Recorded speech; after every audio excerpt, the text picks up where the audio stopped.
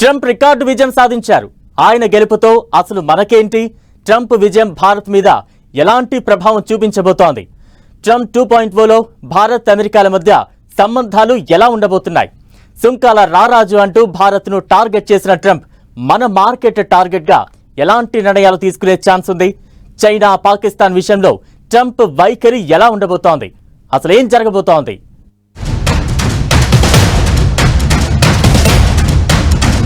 Trump విజయంతో ఇండియాకేంటి? US Bharat బంధంపై effect ఎంత? Visa విధానం ఎలా ఉండబోతోంది? చైనా, పాక్ విషయంలో ట్రంప్ వైఖరి ఏంటి? ఈ ఎన్నికల్లో అమెరికా ఫస్ట్ నినాదం అందుకున్న ట్రంప్ ఓటర్ల మనసు గెలుచుకున్నారు. యుఎస్ విదేశాంగ విధానాన్ని పునరుద్ధరించాలని అనుకుంటున్నానని ట్రంప్ అంటున్నారు. దీంతో ట్రంప్ విజయం భారత్ మీద ఎలాంటి ప్రభావం చూపిస్తుందన్న చర్చ జరుగుతోంది. మొదటిసారి అధ్యక్షుడైనప్పుడు ప్రధాని మోదీతో ట్రంప్ స్నేహపూర్వక బంధాన్ని కొనసాగించారు. ఇద్దరూ కలిసి హౌడీ మోదీ, నమస్తే ట్రంప్ లాంటి కార్యక్రమాల్లో పాల్గొన్నారు.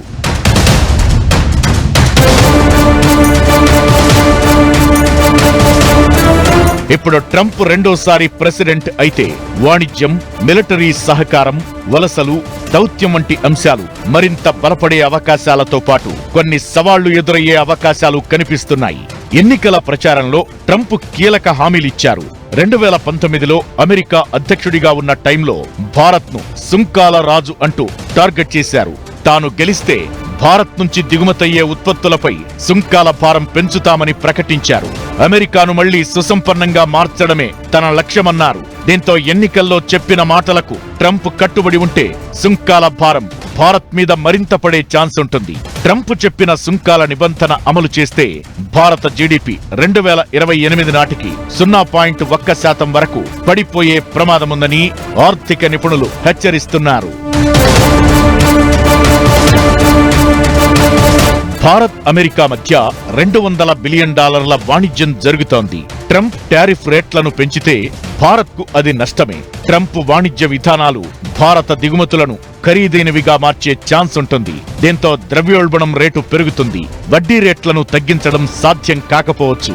వినియోగదారులకు, మరీ ముఖ్యంగా మధ్యతరగతి వర్గాలకు సమస్యలు పెరుగుతాయి. వారి ఈఎంఐలు పెరిగే ఛాన్స్ ఉంటుందనే అంచనాలు వినిపిస్తున్నాయి. ఇక చైనా అంటే కారాలు మిరియాలు నూరే రకం ట్రంప్. తన తొలి పదవీ కాలంలో అమెరికా, చైనా మధ్య సంబంధాలు క్షీణించాయి. ఇది భారత్, అమెరికా మధ్య రక్షణ సంబంధాలు బలోపేతానికి కారణమైంది.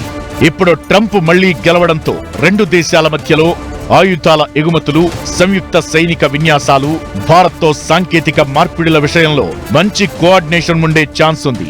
ఇది చైనా, పాకిస్తాన్ పై భారత్ స్థానాన్ని మరింత బెటర్ చేస్తుందనే చర్చ జరుగుతోంది.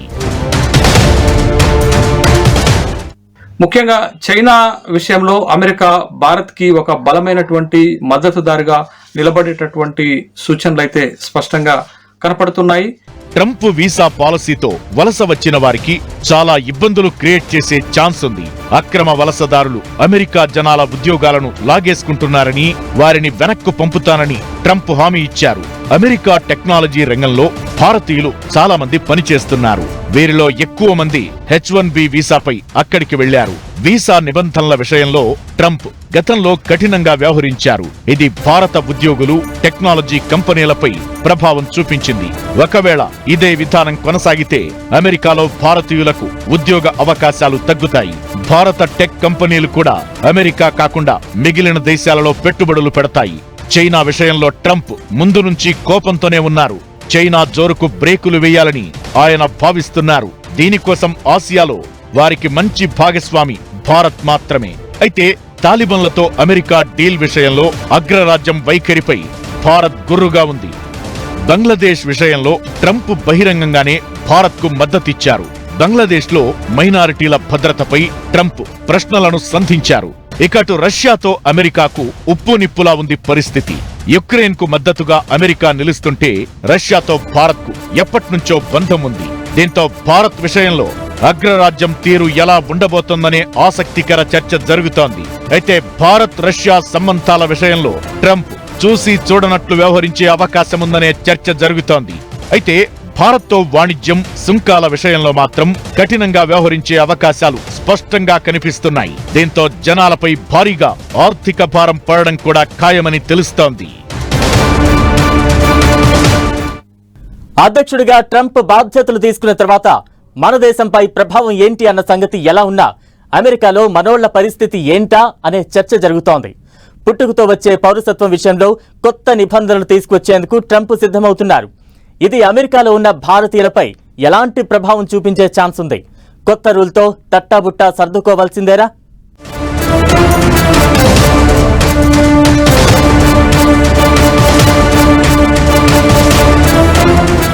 పుట్టుకతో పౌరసత్వం రివ్యూ చేస్తామన్న ట్రంప్ నిర్ణయంతో మనోళ్లపై ప్రభావం ఎంత? 10 లక్షల మందిపై ఎఫెక్ట్ పడబోతుందా?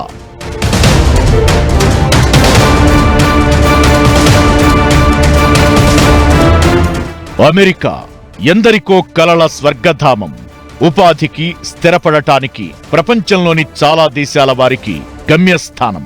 ఆ దేశానికి అక్రమంగానో సక్రమంగానో వలస వెళ్లి స్థిరపడాలనుకునే వాళ్లు కోట్ల మంది ఉంటారు. దీంతో ప్రతిసారి దేశ అధ్యక్ష ఎన్నికల్లో ఇది ప్రధాన అంశంగానే ఉంటూ వస్తోంది. ఈసారి అదే పరిస్థితి కనిపించింది. అయితే మరింత బలంగా వినిపించింది, వివాదం రేపింది. తాను అధికారంలోకొస్తే అక్రమంగా వలస వచ్చిన వారిని వెనక్కి పంపుతానని ట్రంప్ ప్రచారంలో క్లియర్ కట్ గా చెప్పేశారు. ఇప్పుడు గెలిచారు. దీంతో ఆయన ఏం చేస్తారా, నిర్ణయాలు ఎలా ఉంటాయా అనే భయాలు చాలా మందిలో కనిపిస్తున్నాయి. మిగతా నిబంధనల సంగతి ఎలా ఉన్నా పిల్లలకు ఉన్న జనన హక్కు విధానాన్ని సమీక్షిస్తామని ట్రంప్ తేల్చి చెప్పారు. ఇదే ఇప్పుడు హాట్ టాపిక్ అవుతోంది.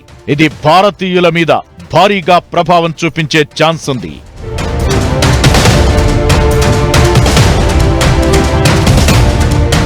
పిల్లలకు ఆటోమేటిక్ పౌరసత్వం విషయంలో సమీక్ష చేపట్టాలని ట్రంప్ పట్టు మీద ఉన్నారు. ప్రచార వెబ్సైట్లోనూ ఈ అంశాన్ని ప్రధానంగా ప్రస్తావించారు. దీంతో ట్రంప్ బాధ్యతలు తీసుకున్న మొదటి రోజు నుంచే ఇది అమల్లోకి రావడం ఖాయం. తల్లిదండ్రుల్లో కనీసం ఒకరు అమెరికా పౌరులు అయినా అయి ఉండాలి, లేదంటే గ్రీన్ కార్డ్ హోల్డర్ అయి ఉండాలి. అప్పుడే పిల్లలకు అమెరికా పౌరసత్వం ఇవ్వాలన్న నిబంధన విధించేందుకు ట్రంప్ సిద్ధమవుతున్నారు. ఇదే జరిగితే అమెరికాలో ఉన్న భారతీయుల్లో 10 లక్షల మందిపై ప్రభావం చూపించే అవకాశముందని లెక్కలు చెబుతున్నాయి. 2022 జనాభా లెక్కల ప్రకారం అమెరికాలో 40 లక్షల మంది భారతీయులు ఉంటే అందులో 34% అంటే దాదాపు 16 లక్షల మంది అమెరికాలో జన్మించిన వాళ్లే. ఈ 16 లక్షల మందిలో చాలా మందికి పౌరసత్వ సమస్యలు ఎదురయ్యే అవకాశాలు ఉంటాయి. F1B వీసాల విషయంలో గతంలో కఠినంగా వ్యవహరించినటువంటి ట్రంప్ మరొకసారి అదే కఠినమైనటువంటి విధానాన్ని, పాలసీని గనక తీసుకొని వస్తే భారతదేశం నుంచి అమెరికాకి వెళ్లి ఉద్యోగం చేయాలని, చదువుకోవాలనుకునేటటువంటి వాళ్ళ కలలు ఎంతవరకు నిజమవుతాయి? ఆ విషయంలో ట్రంప్ భారతదేశానికి ఇచ్చేటటువంటి అనుకూలమైనటువంటి విధానం ఏంటనేటటువంటి దానిపైన కూడా చర్చలు జరుగుతున్నాయి. ఉద్యోగాల కోసం అమెరికా వెళ్లి గ్రీన్ కార్డ్ కోసం ఎదురు చూస్తున్న వారు 12 లక్షల మందికి పైనే ఉన్నారు.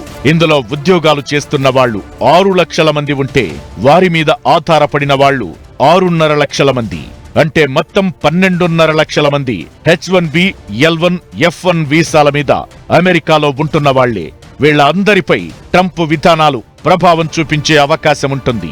అమెరికాలో ఉద్యోగులకు 1,40,000 మందికే ఏటా గ్రీన్ కార్డ్ జారీ చేస్తున్నారు. దీంతో చాలా మంది దశాబ్దాలుగా తమ అవకాశం కోసం ఎదురు చూస్తున్నారు.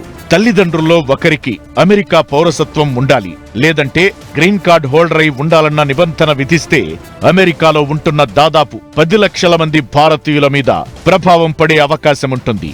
ఇదే ఇప్పుడు కొత్త టెన్షన్ పెడుతోంది.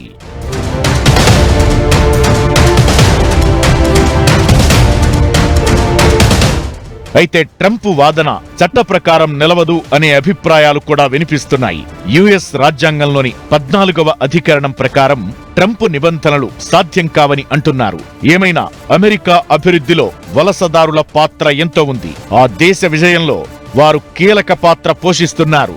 దీంతో వారు అమెరికా పౌరసత్వానికి అర్హులేనన్న వాదన ఉంది. దీంతో ఇప్పుడు ట్రంప్ నిర్ణయాలు ఎలా ఉండబోతున్నాయని ఆసక్తి పుట్టిస్తోంది.